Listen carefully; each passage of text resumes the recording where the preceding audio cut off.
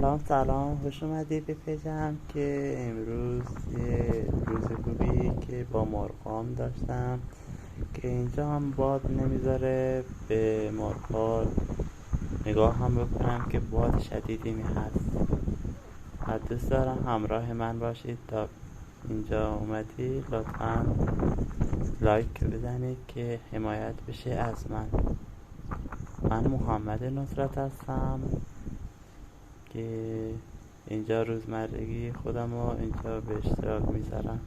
میخوام این نونه‌ای که اینجا درست کردم واسه مرغا همش رو تغییر بدم، تغییر خوب که مرغا از دست روباه و گربه ها از بین بره. اینجا که میبینی نونه مرغا هست و اینو میخوام خراب کنم که اینجا هست. میخوام یه تور خوب بزنم اینجا که قشنگ مرغا داخلشون خوب راه برن و تخم بذارن.